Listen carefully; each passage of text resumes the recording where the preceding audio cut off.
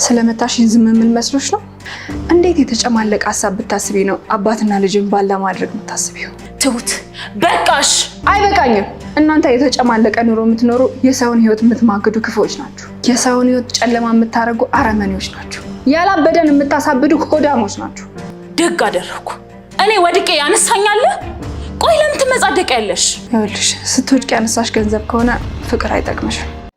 አማኑኤል የአእምሮ ህሙማን ሆስፒታል ከውጭ ሲታይ ነጠላ ነው። ግርማ ሞገስ የለው። በላይ በእህል በረንዳ በመሳለሚያ ቁልቁል ለአካባቢው እንግዳ የሆነ ሰው አማኑኤልን ቢጠይቅ ማንም ያሳየዋል። ሆኖም መበሩ ሲደርስ የትኛው ይሄ ነው አማኑኤል ወቾኩ ማለቱ አይቀሬ ነው። ላይን የማይሞላ ጉጥባ ነው። አማኑኤል ተረተር ላይ የተሰራ ስጦ ይመስል ከበታቹ እንዳይደፋ ባለ ግርማ ሞገሱና በጥንታዊ የኪነ ህንፃ ጥበብ የተዋበው የአማኑኤል ካቴድራል ቅጥር ግቢ ደግፎታል። አካባቢውን ሳይቀር ከስጋ ቤቶች የሚፋጭ የካራዎች ድምፅ፣ የሰፈሩ ህፃናት ሳቅና ለቅሶ፣ በተረተሩ ቁልቁልና ሽቅብ የሚያቃስቱ የአሮጌ መኪኖች ድምፅ አሳብዶታል። ወደ የአእምሮ ህሙማን ሆስፒታል በር ጠጋ ላለ ገና ከበሩ አስፈሪውን ዘግናኙንና ጤነኛን ቢሆን እንኳን የሚያሳብድ ትርኢቱን ይቋደሳል። ከበሩ ውስጥ የቆሙት ባለቆመጥ ዘቦች ከዋርዳቸው እየወጡ ልውጣ ብለው የሚያስቸግሩትን የአእምሮ ህሙማን በቆመጣቸው እየቃጡ አልሆን ሲልም እየጀለጡ ይመልሳሉ። በዚህ የትግል ትንቅንቅ ብሉ የብረት በር አፈረፈጁ እስኪራገፍ ይንስጣስጣል፣ ይንቋቋል፣ ያብዳል። አማኑኤል በሩን ወደ ውስጥ ያለፈ ማንኛውም የአእምሮ ህሙም የዋርዱ ኃላፊ የሆነ ዶክተር የመውጫ ካርድ ላይ ካልፈረመበት በቀር ከዚህ አሮጌ በር ሊያልፍ አይችልም። ከእድሜ ብዛት ነጫጮቹ የአማኑኤል ግድግዳዎች ሽሮ መስለዋል።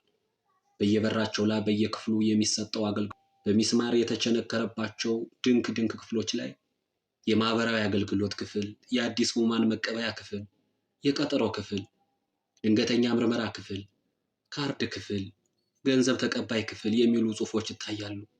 እነዚህ ክፍሎች ከበሩ እንደገቡ በስተግራ በኩል የተሰተሩ ናቸው። ከነዚህ ክፍሎች ፊት ለፊት ረጃጅም አግዳሚ ወንበሮች ያሉበት ዛኒጋባና ክፍት ቦታ ነው። ይህ አካባቢ አልፎ አልፎ ከዋርዳቸው ወይም ከህክምና መኝታ ክፍል በወጡ ህሙማን ይሞላል።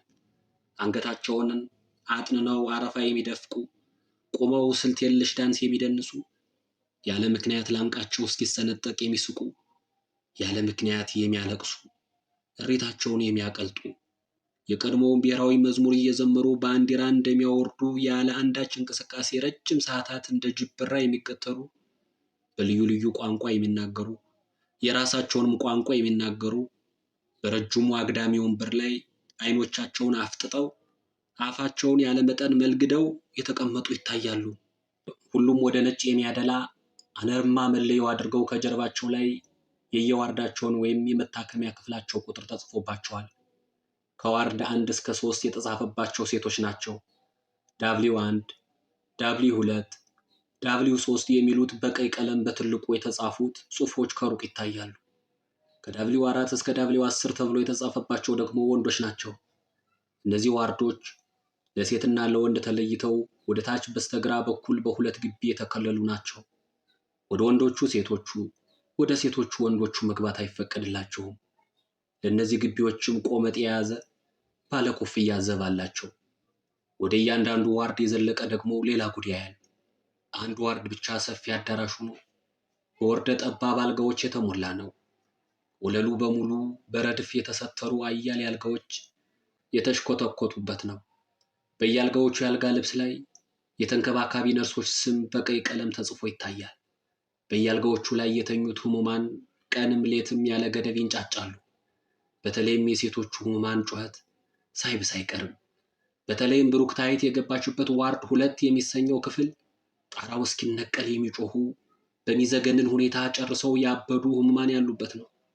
ከሁሉም ተነጥሎ ለብቻው በወንዶች ዋርድ ግቢ ውስጥ ደግሞ ዋርድ 11 የሚባል አለ። በዚህ ዋርድ ውስጥ የሚገኙት ህሙማን ደግሞ ከሱስ ለመላቀቅ ሊታከሙ የመጡ ናቸው። በጫት፣ በሲጃራ፣ በማርዋናና በሌሎች አደንዛዥ እጾች የተጠመዱ ታካሚዎች ያሉበት ነው። ሌላም በስርዓት ላይ ያሉ የአእምሮ በሽተኛ የሆኑ ህሙማን ያሉበት በፖሊስ የሚጠበቅ ዋርድ አለ። ህሙማን በቀን 3 ጊዜ ምግብ ይቀርብላቸዋል።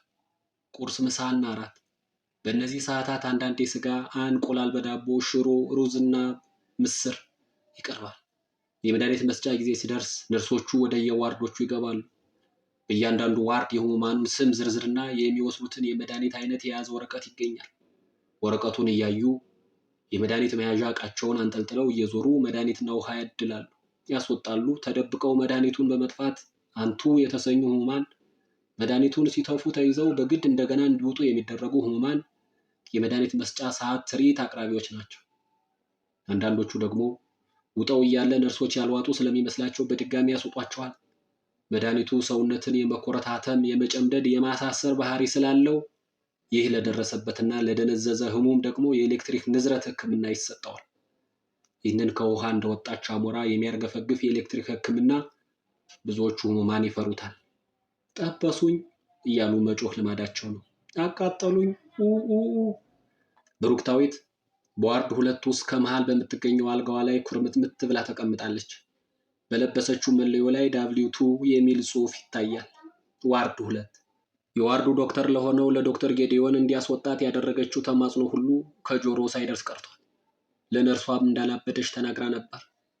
ሆኖም ህሙማኑ እንደ እናት የሚቆጥራት ወጣቷ ነርስ ሲስተር እንጉዳይ ፈገግ እያለች አዎ አላበድሽም እኮ አለቻት። ነገሩ ያልገባት እንጉዳይ አላበድሽም እና ካላበድኩ እዚህ ምን እሰራለሁ? ለምን ወደ ቤት አትሰዱኝም? የበለጠ ጤነኛ እንድትሆኝ እኮ ነው። ሁላችንም አንቺን ለመርዳት እንፈልጋለን። የታዘዘልሽ ክኒን ነው። ክኒን?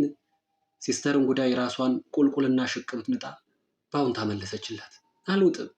ታይ እንጂ እኔ እናት፣ ለጤናሽ እኮ ነው። ጤነኛ ነኝ አልውጥም። አዎ ጤነኛ ነሽ። ጤነኞች የበለጠ። በዚህ መሃል ዶክተር ጌዲዮን ጥልቅ አለ። ጋውኑን ግራና ቀኝ የሸበሸበውን ቦርጩን አስቀድሞ መጀመሪያ ጤነኛዋን አብዳለች ብለህ ጻፍክብኝ። አሁንም ጤነኛዋን መድኃኒት እንድውጥ ልታስገዳኝ መጣህ?